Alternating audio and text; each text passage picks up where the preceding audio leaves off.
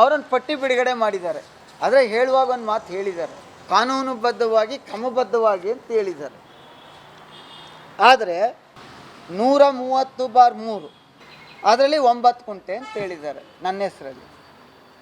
ಆ ದಟ್ಟಗಳ್ಳಿ 130/3 ಯಾರ ಹೆಸರಲ್ಲಿದೆ ಅನ್ನೋ ಕಾಪಿನ ನಿಮ್ಮ ಕೈಲಿ ಕೊಟ್ಟಿದ್ದೀನಿ.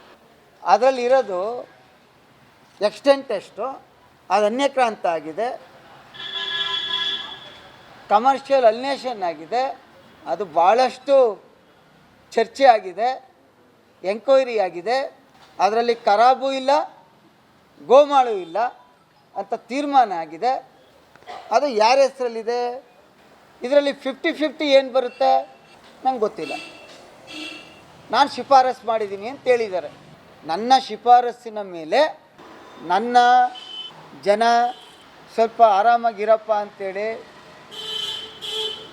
ರೆಸ್ಟ್ ಕೊಟ್ಟು 1 ವರ್ಷ ಹತ್ರ 14 ತಿಂಗಳಾಯ್ತಾ, 4 ತಿಂಗಳಾಯ್ತಾ. ನಾನೆಲ್ಲಿ ಶಿಫಾರಸು ಮಾಡೋಕ್ಕೆ ಸಾಧ್ಯ? ನಾನೇನು ಮೂಡ ಮೆಂಬರಾ? ಆಯಿತು ಹೋಗಲಿ, ಮಾಜಿ ಮಂತ್ರಿ ಅಂತೇಳಿ ಏನಾರು ಕನ್ಸಿಡರ್ ಮಾಡಿದ್ದಾರೆ ಅಂದರೆ ಅದು ಯಾವ ಶಿಫಾರಸು ಮಾಡಿದ್ದೀನಿ ಅಂತ ಆ ಪತ್ರನಾರು ಬಿಡುಗಡೆ ಮಾಡಿ.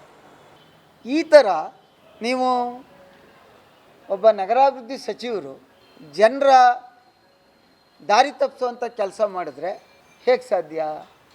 ಆಮೇಲೆ ಯಾರ್ಯಾರನ್ನ ಇಲ್ಲಿ ಹೆಸರು ಹೇಳಿದ್ದೀರಿ ಒಂದು ತನಿಖೆ ಮಾಡಿಸಿ.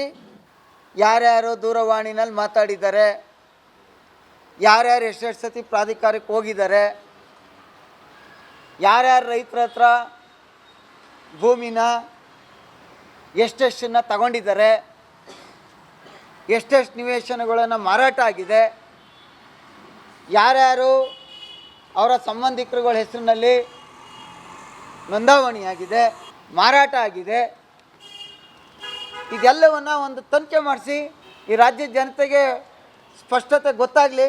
ನಾನು ಕೂಡ ಒತ್ತಾಯ ಮಾಡ್ತಾಯಿದ್ದೀನಿ. ನಿಮ್ಮ ಕಣ್ಣೊರ್ಸೋಕ್ಕೆ ರಾಜ್ಯದ ಜನತೆಗೆ ಒಂದೇನೋ ಹೇಳೋದು ಆಗೋದು ಬೇಡ. ನಾನು ಕೂಡ ನಿಮ್ಮ ಮೂಲಕ ಒತ್ತಾಯ ಮಾಡೋದು, ಇದಕ್ಕೊಂದು ತನಿಖೆ ಆಗಲಿ. ಹತ್ತತ್ರ 1100 ಚಿಲ್ಲರೆ ಸೈಟು 50-50ನಲ್ಲಿ ಆಗಿದೆ, ಕೊಟ್ಟಿದ್ದಾರೆ. ಇನ್ನು 500 ಚಿಲ್ಲರೆ ಸೈಟು ಭೂಮಿ ಇನ್ಸೆಂಟಿವ್ ಸ್ಕೀಮಲ್ಲಿ ಕೊಟ್ಟಿದ್ದಾರೆ. ಕುಮಾರಣ್ಣರವ್ರು ಮುಖ್ಯಮಂತ್ರಿ ಆಗಿದ್ದಾಗ ಕಾಂತರಾಜ್ ಅಂಥೇಳಿ ಒಬ್ಬರು ನಗರಾಭಿವೃದ್ಧಿ ಆಯುಕ್ತರು ಇದ್ದರು. ಆ ಸಂದರ್ಭದಲ್ಲಿ 10,000 ನಿವೇಶನಗಳನ್ನು ಸಿ ಡಿ ಮಾಡಿ ಪ್ರಾಧಿಕಾರದ ಜವಾಬ್ದಾರಿನಲ್ಲಿ ಇಟ್ಟಿದ್ದರು.